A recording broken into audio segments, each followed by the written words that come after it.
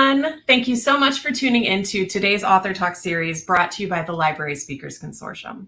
The Library Speakers Consortium is a partnership of more than 400 library systems across the US, Canada, Australia, and New Zealand, with the goal of making Author Talks more accessible to communities of all sizes. I am Brandon Adler, your host and moderator in conversation with each of the acclaimed presenters that you will hear from throughout our series.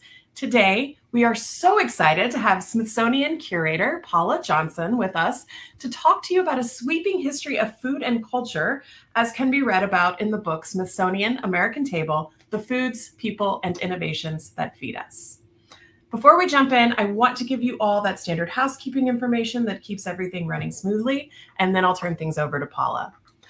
We have compiled some questions that were pre-submitted with registration, but you also can, of course, submit questions during the presentation by clicking that questions button that's just below this live stream video. There are quite a few of you tuning in today, and we will only have a 15 to 20 minute Q&A period, so we'll take as many questions as we can during that time. Now to formally introduce our guest. Paula Johnson is a curator in the Division of Work and Industry at the Smithsonian's National Museum of American History and is responsible for strengthening and maintaining the food history and marine resources collections. Welcome, Paula. Thank you so much for being here. I'm going to turn things over to you now. Thank you so much, Brandon, and hello, everyone. I'm so thrilled to be here.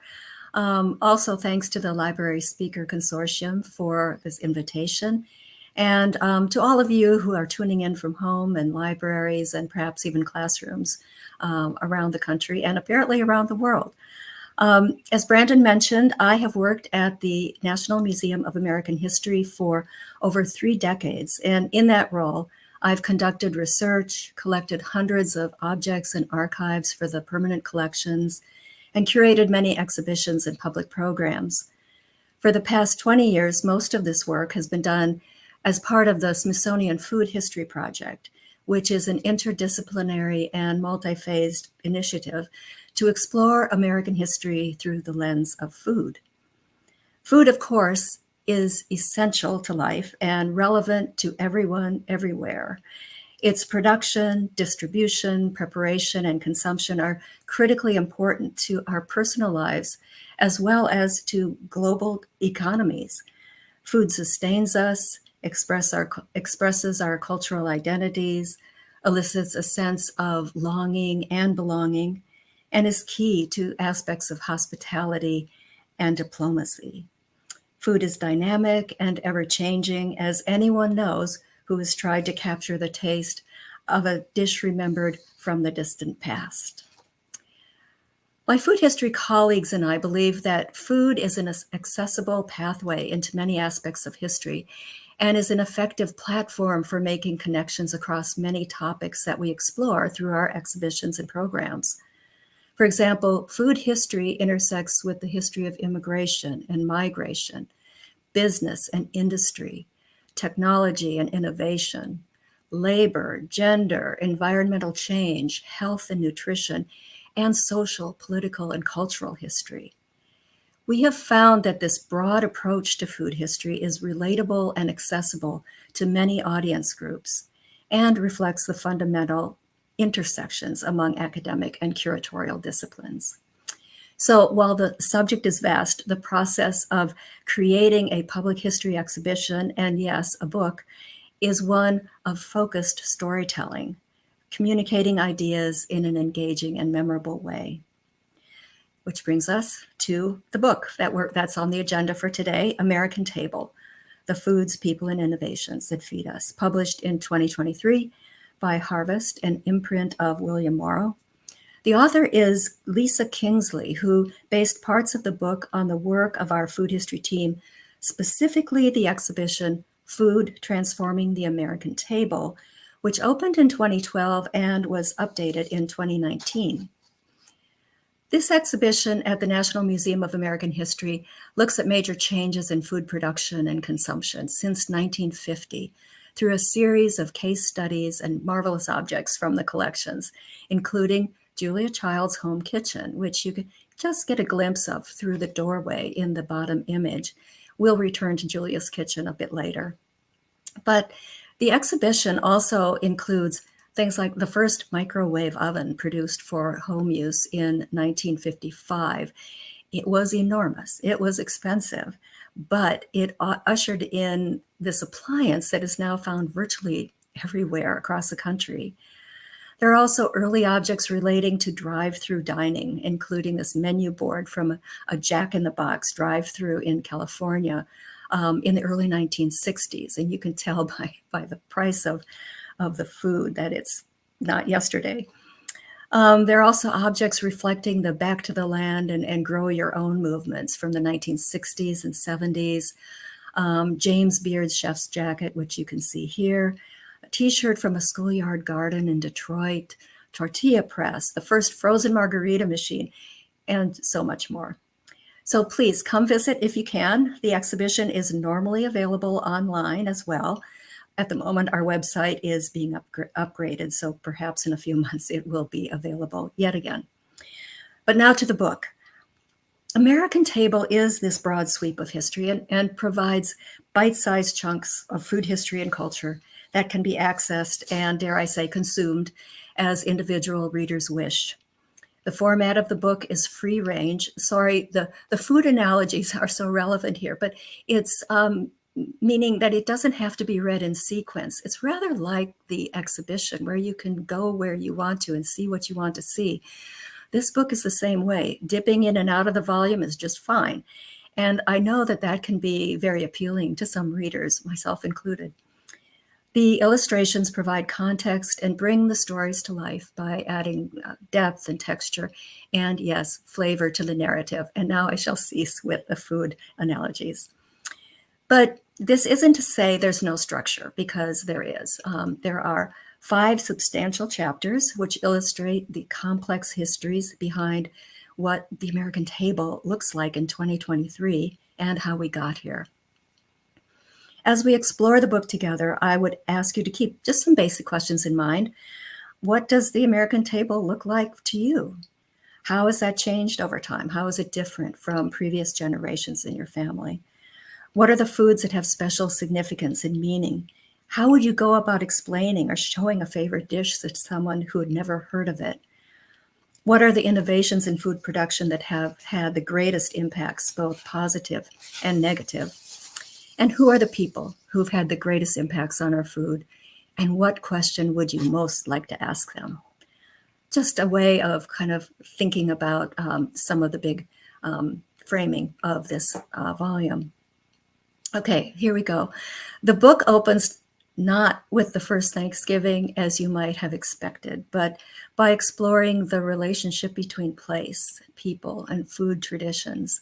In particular, the ways in which Indigenous people in North America have traditionally accessed local and regional food resources, creating a wealth of ancestral knowledge about foods and dishes that reflect particular times and places. This would be from Northwest Coast salmon to bison of the Great Plains, to wild rice in what is now Minnesota, my home state, to maple syrup in the Northeast. The traditional practices associated with the harvest and use of these essential and native to North America ingredients are key to the sustenance, nutrition, health, and cultural identities of Indigenous communities. The narrative acknowledges that Indigenous people and their foodways were negatively affected by acts of colonial aggression over more than 3 centuries. It also recognizes the work of Indigenous advocates who are focusing on food sovereignty, the quest to regain power over one's food, which can mean revitalizing landscapes and ecosystems, to rebuild those strong relationships between place and food sources that had been ignored and, in some cases, nearly destroyed by forces of settlement displacement. For example, Cherokee chef Nico Albert is featured in the book for her work in connecting her community to Indigenous ingredients and dishes through talks and demonstrations. Her recipe for bison and wild rice lettuce wraps combines Indigenous ingredients in a modern way, or as she said, and I quote, "Our ancestors were not eating lettuce wraps, of course, but these were all ingredients they would have used if they'd been available. The contemporary way we're making food now has so many global influences, and it would be a shame to ignore those to keep it authentic with all of the knowledge that we have." I think that's a great example of the dynamic nature of food, adapting and adopting new elements that work within a tradition. And here's a little Smithsonian sidebar. Chef Nico demonstrated how to prepare sumac-crusted fish in one of our programs in 2020, and also presented last summer at the Festival of American Folklife on the National Mall between the museums. She's a fantastic teacher and very effective in talking about the role of food in indigenous and in food sovereignty. Moving on to a very popular component of the book, The United Eats of America, features an astonishing array of particular dishes and recipes. Major regions in all 50 states are represented by a dish, and we could probably argue all day about whether it was the right dish to emphasize. But at the end of the day, we would all have to agree that the mix reveals something kind of wonderful about the diversity of the food landscape in the United States. Let me just also note that the map shown here is not from the book, but is a graphic from the archives. The idea of iconic regional dishes has been around for a long time. And while there may be some crossover between this graphic and the book, I think a careful analysis would reveal that the American Table book reflects a 21st century version of this graphic. The recipes in this section and throughout the book are not Smithsonian recipes, but many of them are sourced from historic cookbooks and were updated and tested by the author, Lisa Kingsley, who's both a cookbook author and food writer. Each dish is introduced with a brief historical note, and the finished dish is beautifully photographed. The range of recipes is remarkable and will definitely make you hungry. And I just want to offer my apologies to listeners on the West Coast of the US who haven't had lunch yet, because this will definitely get you ready. But let's start with Maine lobster rolls. These are emblematic, a very simple dish that features the iconic crustacean from New England. Not to be outdone by Maryland crab cakes, showing another crustacean, the blue crab, much beloved in the Chesapeake Bay. We go on to South Carolina, shrimp and grits, a low country tradition in the Sea Islands off of South Carolina and Georgia. The page also has North Carolina barbecue pork and a Florida Cuban sandwich. And then we go on to the Dorawat and Injera spiced chicken stew and bread made from teff flour. These are Ethiopian specialties that were inspired by the large Ethiopian community in Washington, D.C. Moving a bit west to Kentucky, traditional soup beans and cornbread. And then over to, or south to Alabama with the Lane cake. This is a recipe from Emma Rylander Lane's 1898 cookbook, Some Good Things to Eat, which is probably my favorite title for a cookbook of all time. On to Nebraska for bierox, a dish that arrived via Germans living in Russia who emigrated to Nebraska in the 19th century. This is meat, perhaps some onion, maybe some sauerkraut, cooked together and then stuffed in a yeasty bun. South Dakota chislic, cubes of meat. It's not pictured, but I'll have to tell you. Cubes of meat that are deep fried, seasoned with garlic and salt, and then served on skewers with saltine crackers, which shares a page with Wisconsin Friday night fish fry, and a fried onion burger, which is from a restaurant Route 66 in Oklahoma. It was developed during the Depression to make the burger meat go further. Up to Michigan, Michigan falafel, representing the large Arab American community in Dearborn. Then to Arizona, taco fry bread from Arizona, and then to Texas with a Texas Viet Cajun boil from the Vietnamese and Cajun communities in Houston and along the Gulf Coast. Next, stacked red chili enchiladas from New Mexico. And then on to Idaho Basque croquettes. These are breaded and fried. They have thick, creamy fillings like chicken and cheese or bechamel combined with salt, cod, or ham. And this is, of course, from Basque immigrants who settled in the American West and traditionally worked on ranches and as sheep herders. Bison meatballs with huckleberry sauce from Montana. And for dessert, Oregon Marionberry pie, made from a hybrid berry developed by a U.S. Department of Agriculture researcher. So that's just a mad dash through a few states, not all 50. But then there are recipes interspersed in subsequent chapters to accompany the narrative. And so here's where we have matzo ball soup, Jewish tradition, jollof rice from Nigeria, Korean fried chicken, Vietnamese banh mi, and beef pho, homemade granola, ambrosia, and many other dishes. The recipes in the book are pretty spectacular. So if you like recipes, this is one that you'll want to take a look at.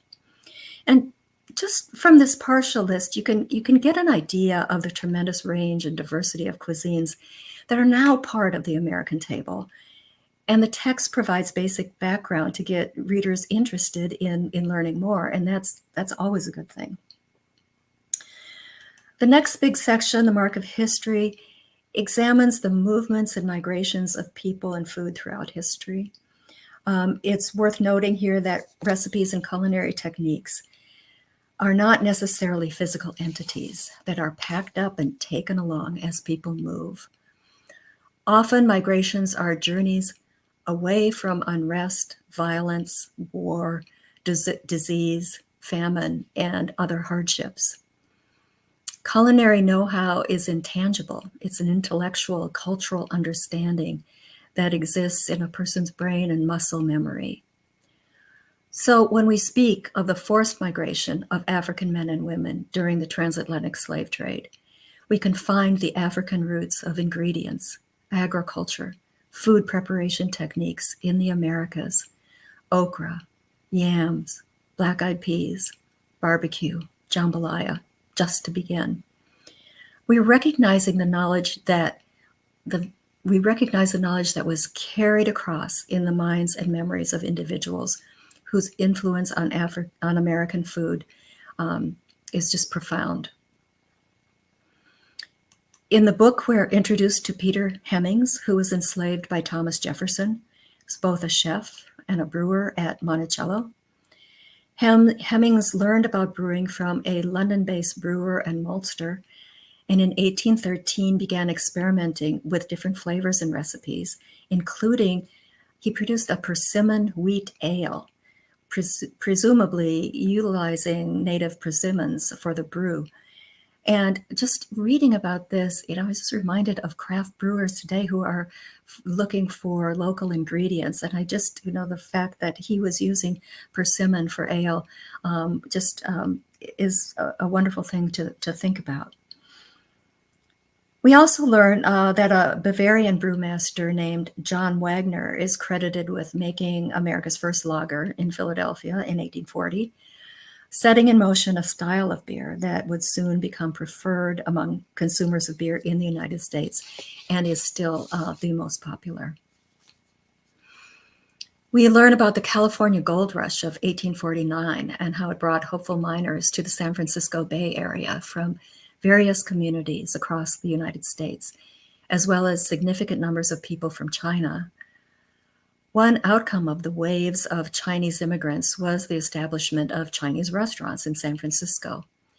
The phenomenal growth and expansion of Chinese restaurants across the country can be traced to that historical period and to the arrival of Chinese men who also worked to build and maintain the Transcontinental Railroad.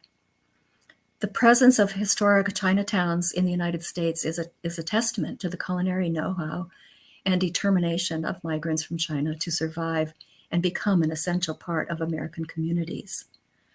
Chinatown businesses and residents have been affected by acts of violence, especially during the height of the pandemic. And there appears to be some hopeful signs that some of the Chinatowns that were affected are rebuilding. Stories of immigration and migration are rife with acts of discrimination and often result in a deep sense of fear and dislocation.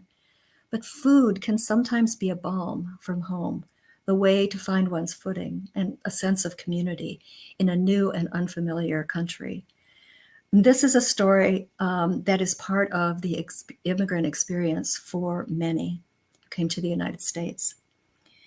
And the book contains a page on conflict cuisine, a concept developed by Dr. Johanna Mendelsohn Foreman, who provides an introduction to the pattern of food as a tool of engagement, of diplomacy, of belonging, and of community in the world of mass migrations that we are seeing around the world today.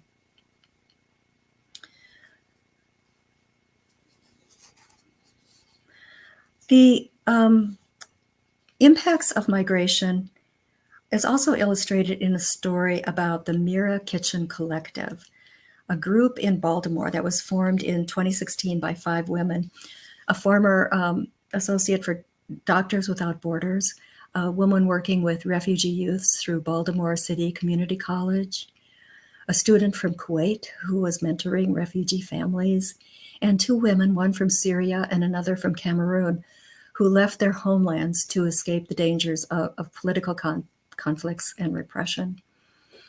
They formed a collective, not a not-for-profit, but a collective that gave them ownership in the catering and restaurant work that they were offering to the citizens of Baltimore, first in marketplaces and festivals, and eventually in their own restaurant. My colleagues and I on the food history team interviewed the founders of the collective at the Baltimore Farmers Market and invited them to present a cooking demonstration and talk about their work at the Smithsonian. There are 2 recipes in the book that the collective produced exclusively for this book, and they're here. The vegetarian director general with the saffron smoked charcoal rice, which is a combination of Cameroonian and Syrian traditions, and another fabulous example of the dynamic nature of food.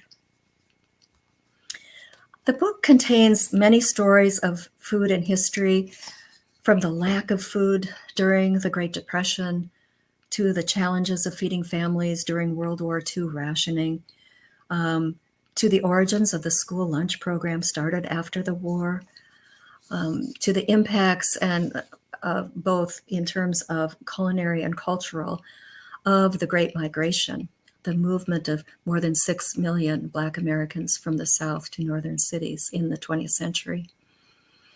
There were many dimensions to food and the civil rights movement as well. Remember the significance of the students who staged a sit-in at the Woolworth's lunch counter in Greensboro, North Carolina, protesting the store's segregation policies. A section of that lunch counter is on display in the National Museum of American History, where visitors can learn more about how students protesting for equal access sparked and defined the movement for equity and civil rights. An adjacent story is one I love. It's about Georgia Gilmore, who sold chicken sandwiches to participants in the Montgomery bus boycott in Montgomery, Alabama, hoping to fuel their resolve to continue the boycott and demand justice. She mobilized other activist friends to sell more food, greens, sweet potato pies, cooked in their homes, to sell them at businesses all over the city. The profits were used to pay for expenses to drive Black workers who didn't have cars to take them to and from their jobs. Gilmore's story, I think, is one of many featuring individuals who have made a real difference in the history of the United States through food. Then moving along to another section, of course, there would be a section on food fans and trends because there are so many. This one explores street foods dating back to the early 17th century and the types of foods available, from oysters to soft pretzels in various cities, and including then pepper pot soup in Philadelphia, tamales in Los Angeles, etc. The current fad of food trucks in cities reflects the arrival of people from different parts of the world now for whom food work offers a toehold into economic stability, viability. Other food trends look at the backyard cookout, a tradition that started in the post-World War II period with the establishment of suburbs that had space for backyard cooking. There's also the phenomenon of lunchboxes. Yes, we have a very large collection of lunchboxes in the museum, and when you visit, you'll see some of them on your way to the cafeteria. And then there's a section on eating better, the big trend toward healthier food and growing your own in community gardens. The Detroit Black Food Security Network, Community Food Security Network, is featured as an example of a community improving its health and empowering its citizens through gardening. And we have collected some material from this organization in Detroit, which is on exhibit in the food exhibit. Of course, food fads also include those items that you can think of as the next big thing. Jell-O salads that were possible with the proliferation of refrigeration in the 1930s, home refrigeration in the 1930s, fondue in the 1970s, the cronut, which lasted a couple minutes in 2013, and then pumpkin spice everything these days. You sort of get the idea. The question always arises, well, what's behind the fads? In some cases, I think it's a quest to do something differently, perhaps at a smaller scale, perhaps more sustainable, or with less industrial processing, like artisan cheese making. Or for something new and quirky that could be a financial windfall. That is until something newer and quirkier comes along. But food trends and fads are part of life here. There are also fad diets, snacking, fermented foods. These are some of the other topics addressed that will get you thinking about what might be the next fad. The final two chapters of the book are really rich. One is on innovators and creators, and the other showcases tastemakers. So this means that the last two chapters are all about people, and it really is kind of cool to sit with the book and to see folks you may know about, but others who have done incredible work in various food-related spaces that should be more widely known. As I was paging through the book again recently, it struck me that this would be a great place for students in the National History Day competition here in the United States to get ideas about people who have made a difference, who've thrived despite major challenges, whose stories are inspirational. We have the National History Day representatives at the museum, winners from each state, in every June, and it's always so inspiring to see them. But I would propose to see more projects that look at food history and some of the people who've really made a difference in that space. I think there's room for growth there. But moving on to some of the people we meet in this section, a familiar name is George Washington Carver, who was born into slavery a year before the end of the Civil War. He became a scientist, an agriculturalist, an inventor. His work on crop rotations involved replenishing depleted soil with plantings rich in nitrogen, such as peanuts and sweet potatoes, to which were able to renew the soil. This contribution to food production is really hard to overemphasize and is but one example of his incredible work. Another person is Louisanne Mamer. She really made a difference specifically for educating people about how electricity would make their lives easier. With the Rural Electrification Act of 1936, specialists like Mamer were hired to travel through rural areas to demonstrate electric stoves, refrigerators, other appliances. She was a great spokesman, and through 3 or 4 day sessions, which were called circuses, She convinced people to join rural electric co-ops and benefit from living and cooking with electricity. Percy Loy and Yilan Nu are not household names here, but their contributions to American food history are significant indeed. Percy Loy, born in Vancouver, Washington in 1920, his father had emigrated in the 1880s and was growing produce for restaurants around Portland, Oregon. Loy served in World War II as a pilot and a flight instructor, but when the war was over, he was not permitted to work in commercial aviation due to discrimination against non-white pilots. He ended up getting into the frozen food business that was just taking off, and he and his brother-in-law started a company called Kubla Khan, which produced Chinese frozen dinners.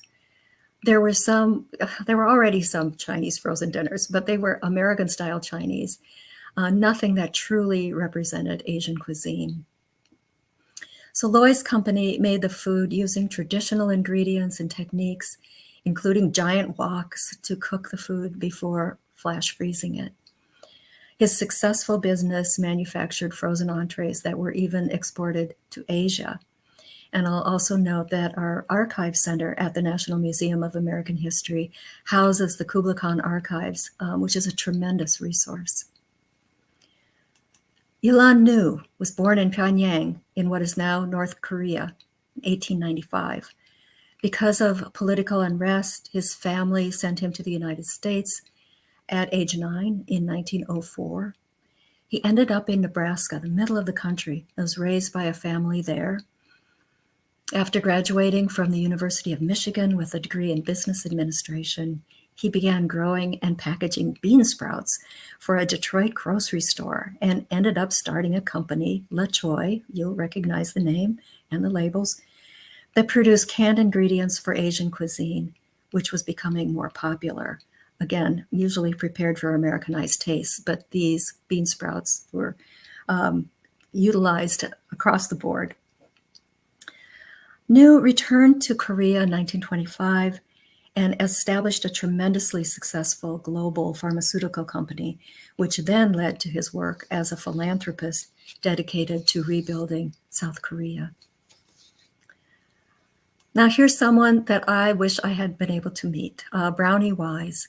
She was key to the success of the Tupperware company, the lightweight plastic storage system for leftovers that was invented by a man named Earl Tupper. Brownie Wise implemented the idea of selling Tupperware at home parties, and this innovative business model became the engine for sales. This was in the 1950s, and women who sold Tupperware were rewarded for their ambition and their intelligence and their skills, qualities that Brownie Wise had in abundance. She liked to say, "You build the people and they'll build the business." And that statement just, again, wouldn't you like to meet her as well? Someone who believed that. On to Irving Naxon, who developed the electric slow cooker that became the famous crock pot. Naxon was an inventor of many, many things: electric frying pans, an early version of the lava lamp, a portable washing machine. And by portable, I mean it was a tabletop model washing machine. And what he called the telesign, the precursor of the electronic news scroller. But the invention that really took off was the electric slow cooker, which he patented in 1940 and then began manufacturing after World War II. And he named it the Naxon Beanery, as in, slow cooking beans. Naxon sold the beanery design to the rival company in 1970. They tweaked the design. They conducted recipe testing before releasing the device the following year as the crock pot, and the rest is history. I'm happy to report that my colleagues and I have recently collected Naxon's archives and several objects, including 3 different versions of the beanery and an electric chicken frying pan and electric turkey roaster. It's really a great collection, and I can't wait get it online for everybody to see it. The archives are also incredible. He was also an incredible engineer as well as a marketer. The final chapter of this book is on tastemakers, and it's another collection of short pieces about cookbook authors and educators and chefs who've made a significant impact on food in the United States and on generations of American students, cooks, and on eaters. One familiar name, Fannie Farmer, whose Boston cooking school trained many a cook to use precise measurements and a more scientific approach to cooking. There's another, Irma S. Rumbauer, who wrote The Joy of Cooking, the volume that was very, very important to generations of American cooks. Julia Child has two volumes on her kitchen bookshelf. I have 4 on mine because everyone who gives them to me from my family when they're cleaning out, and so I now have 4 copies, different versions. But this is a tremendously influential cookbook. And then Lena Richard, a New Orleans chef, restaurateur, culinary educator, producer of frozen dinners, and the star of her own televised cooking show on a local station in 1949. Remarkable. That she did all of this as a Black woman in the Jim Crow South is especially significant and definitely worth celebrating and remembering and learning more about her. Leah Chase is an influential Black chef in New Orleans who, during the civil rights era, served both Black and white activists who met together in her restaurant to strategize courses of action. She famously said, "Food builds big bridges. If you can eat with someone, you can learn from them. And when you learn from someone, you can make big changes. We can talk to each other and relate to each other when we eat together." I don't think truer words were ever spoken. Other chefs profiled, James Beard, Edna Lewis, Joyce Chen, Zarela Martinez, Alice Waters, Nancy Silverton, and Jose Andres. Spanish-born, introduced tapas to the United States, is a much beloved figure here in Washington, D.C., both as a chef and as a humanitarian. His World Central Kitchen organization responds to climate and humanitarian crises around the globe. He has said, "Food is a universal human right. And when people are hungry, send in cooks, not tomorrow, but today." And again, I think those truer words were never spoken there either. Of course, Julia Child is also represented, the beloved cooking teacher, television star, on her cooking shows for 40 years. As I mentioned, the museum collected Julia's home kitchen in 2001, more than 1,000 objects, and it has been on view for most of the past 20 years. I'll also note here that I am just completing a book on Julia Child's kitchen, The Design, Tools, Stories, and Legacy of an Iconic Space, which will be out in the fall. So if you're interested in food history and cooking and an up-close and personal look at Julia's kitchen and all that it contains in fabulous detail, stay tuned for that book. Now, I know we want to get to questions, and I do appreciate your kind attention thus far. I'd like to just wrap up quickly by encouraging you, again, to take a look at food history as a way to teach and to learn about American history, focusing on people like Leah Chase and Brownie Wise, Jose Andres, and Percy Lloyd, just takes you into deep and profound stories about American lives and experiences.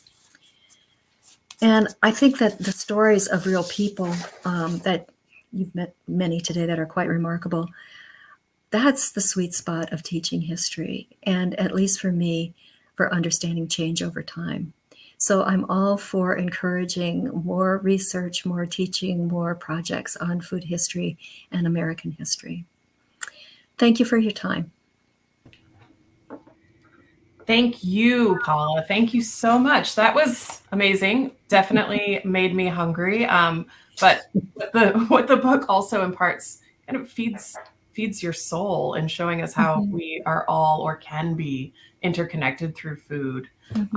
So it's very, very amazing information. Thank you so much. We have a ton of great questions. So I'm going to start with Tenley's question. Tenley says, many Americans have cultural heritage that is handed down through generations, but there are some things that originated here. For example, gum chewing. Are there any foods that are truly American, or is everything we eat some version direct from the culture or modified of other cultures? I didn't know gum chewing was an American invention. So yeah, learn something new every day. Yeah. Thank you, Tenley, for the question. I think that the introductory chapters of this book are for you, because this is where we see the wild rice, the cranberries, these the blueberries. These are indigenous ingredients to the United States, and indigenous people have utilized these maple syrup, for a very, very long time. And so those are the flavors that you'll want to pay attention to. There's also, we've worked with Chef Sean Sherman, who is Oglala Lakota from Minneapolis, and his restaurant Owamni really looks at indigenous cuisine, indigenous ingredients. And just to hear him talk about how you can look at a landscape and see food if you know what to look for. And so there are many plants and things that are coming to becoming more, we know more about them and how and where they grow, and can be incorporated into different cuisines. So I'd urge you to look at indigenous foodways. Mm-hmm. Thank you. Mm-hmm. S has a question about indigenous foods and says, what are some of the best organizations from which to buy indigenous agricultural products directly from producers or cooperatives or indigenous associations? Can you enlighten us to any of that? I wish I could. I'm reaching across my desk here for a business card because there are organizations that across the country, and I think if you go online and just look for indigenous foods in different parts of the country, you will find them. But for example, again, Sean Sherman in Minneapolis has, in addition to his restaurant, there is a marketplace he has, and you can go there and learn about the foods. I don't know if he ships, if it's online or in ships, but that would be one place. The Red Lake Ojibwa people in northern Minnesota have grow or harvest wild rice and have that available. I know that that's online.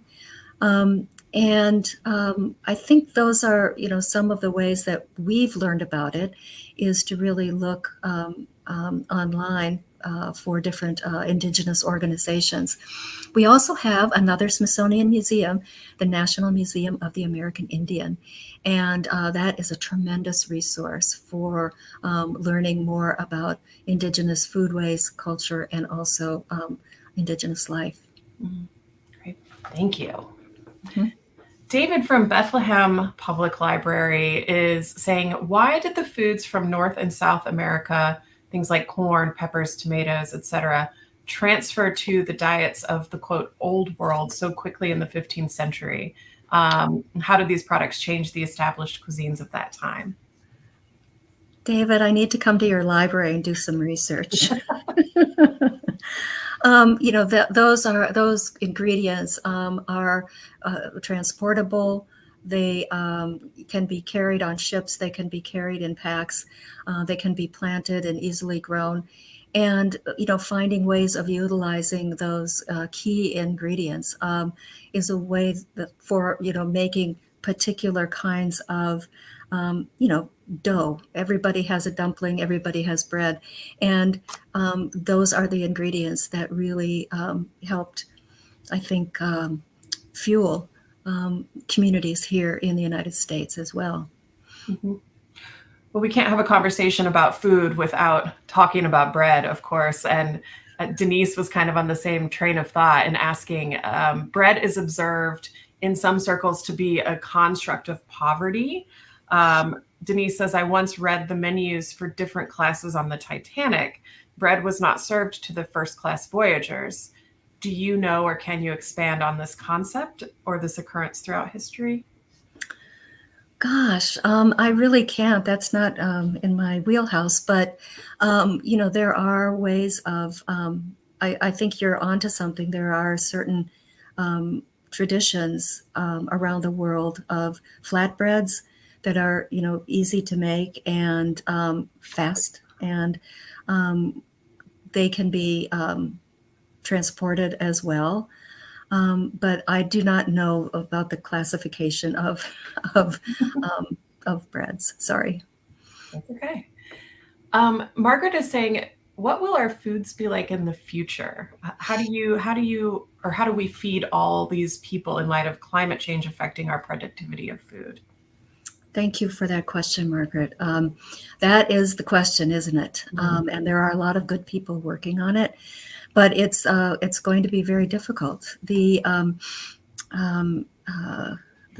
impacts of climate change are real and are felt in various parts of the country, whether it's floods, whether it's wildfires, whether it's drought, severe droughts, that we know that changes have to be made. And I'm just going to do one quick sidebar here, which is that last year our Food History Weekend programming at the Smithsonian was all about climate, food, and community. And we just invited people from different parts of the country who experienced the impacts of climate change to come and talk to us about ways that they are making changes in how they grow food, how they distribute food, and how they prepare food because of those impacts. That's a very personal way of looking at it. And I think it gave us all kind of this sense of, there are changes that can be made locally, and that we can do something where we are. The big problem is so vast, and food of the future, will it have less meat? Probably so, but who knows? Because there are people who are innovating about plant-based meats, different kinds of meat that is different from the meat of the 20th century. So I think that we don't know what the future holds for us, but I think that we can all sort of pay attention to what is happening with climate change and food spaces, and make decisions ourselves to change. Mhm. So Jill says, in light of that, and these various innovations that are coming out with food, do you see the Smithsonian updating this book every so often to kind of keep up with these food innovations and fads? It's an impossible task. I mean, honestly, we collect and we collect and we collect, but we can't collect everything because this is still the material world and it takes up space. True. But we have our storage areas full of machines from the 19th century. I didn't really show them because I was focusing more on the last half of the 20th century. But we have, the chocolate making machines. We have that first bread slicer. We have all of these technologies, and they're marvelous. As we move forward, we're collecting in a little bit different way, and some of it has to do with documenting, on the ground with the impacts of new technologies, both in development but also in their use, and to really package that idea of an innovation with not only the prototype or the thing, but the whole cultural context of what difference it makes, what the intentionality is, and what people are experiencing as they're adopting things. So maybe there won't be books like this in the future. Maybe it'll all be digital, and then we don't have to worry about space. But I guess we'll see. With the proliferation of technology in the food industry and the food realm, I would have to imagine that this affected kind of how often people started dining out. And Deborah is saying, when did dining out become a luxury, and what drove this trend? When I grew up, we rarely ate out, usually for a family member's birthday, but home cooked meals were the norm, mostly because eating out wasn't an affordable option. So would you say that the proliferation of technology in the food industry kind of made eating out more affordable? I think it's more complicated than that, but that's a good start. And Deborah, I think you and I grew up in the same era, or maybe the same place. I don't know, but dining out is something that has really changed, and the changes that we've seen since COVID are phenomenal. But really, what it is it's people have more disposable income. The economy is better. They can spend their money someplace else besides home and cooking.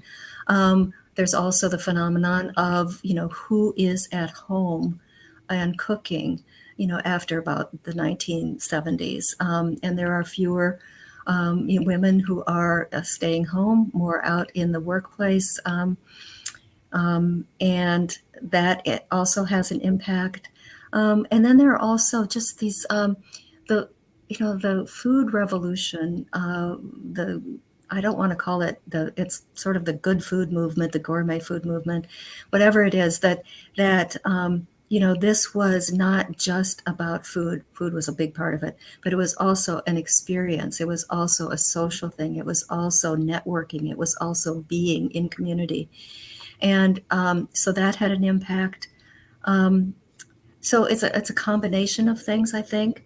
And then, of course, there's fast food dining, drive-through dining, which is a huge thing, and also then picking up food and taking it home from the fast food chain or something like that. Mm-hmm. So it's a combination of economic factors, social factors, and food being perhaps more tempting if you're not making it yourself. Definitely. Unless you're Julia Child.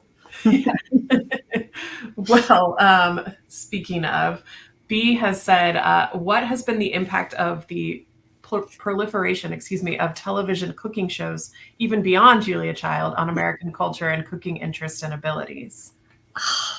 Good question.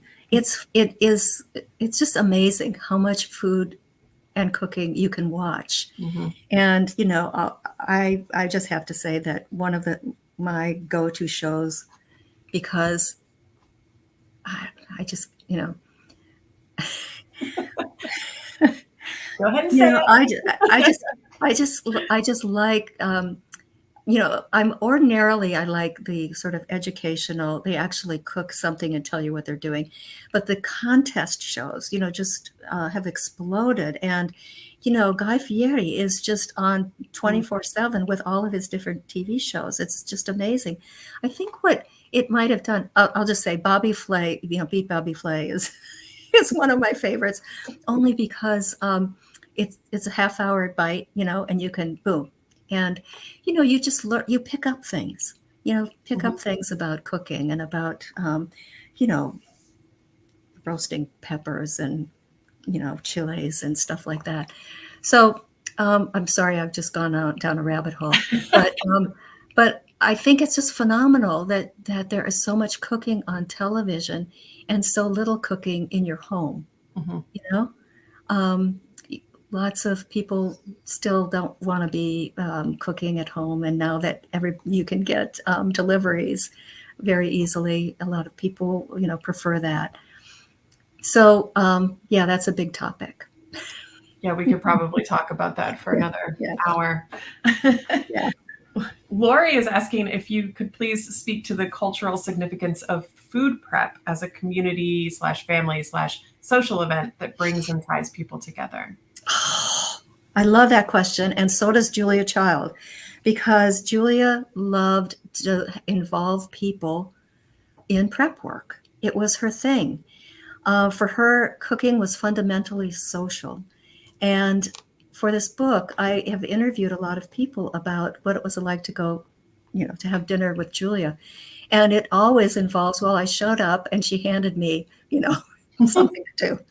And it's so delightful because to a person, they say, well, she gives you the job of opening the oysters. She gives you the job of, cleaning the lettuce, of going down to the wine cellar, of, making the tuna fish, whatever. And so I think that is something that is totally underrated. That people think that you have people over and you want to have everything done so that they don't have to see you cooking, like there's something wrong with seeing you cooking. But involving everybody else is the way. That's the secret sauce to having a fabulous meal, is to have it a participatory experience. Helene is wondering, are there any amazing cooks who are beginning to address the food desert problems that are developing in cities across America? There are so many professional chefs and community chefs who are working on that. And, it's like, it's hard to have the map of the United States that, shows accurately what we're talking about. But there are many organizations, and a lot of chefs do a lot of philanthropic work. Mm-hmm. And, food empowerment, food security is one of those that many chefs are working on.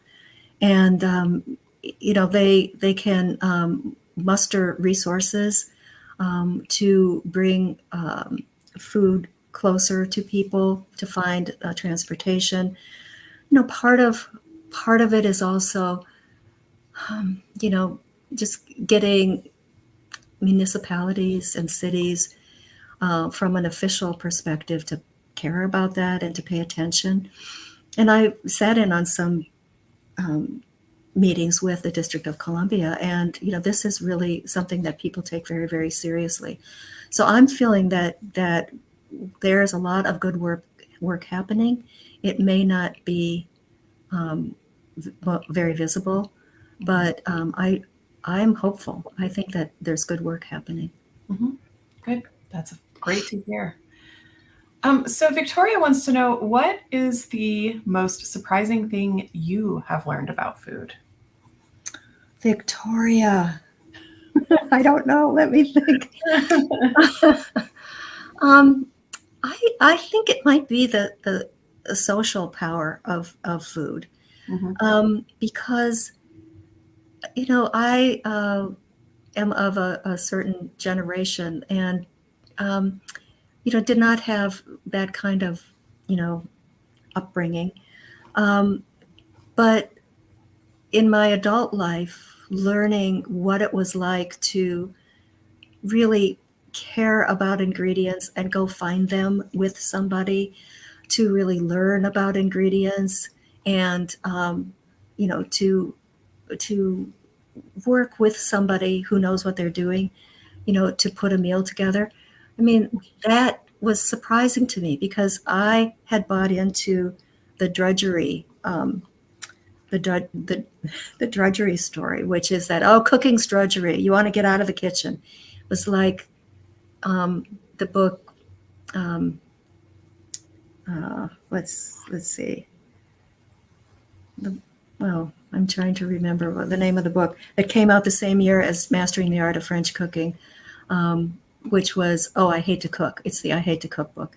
That was sort of the milieu that I came up in. And it was seen as drudgery, as something to avoid, and just, and so it really was kind of shocking to me to realize that cooking and doing so together could be so magical.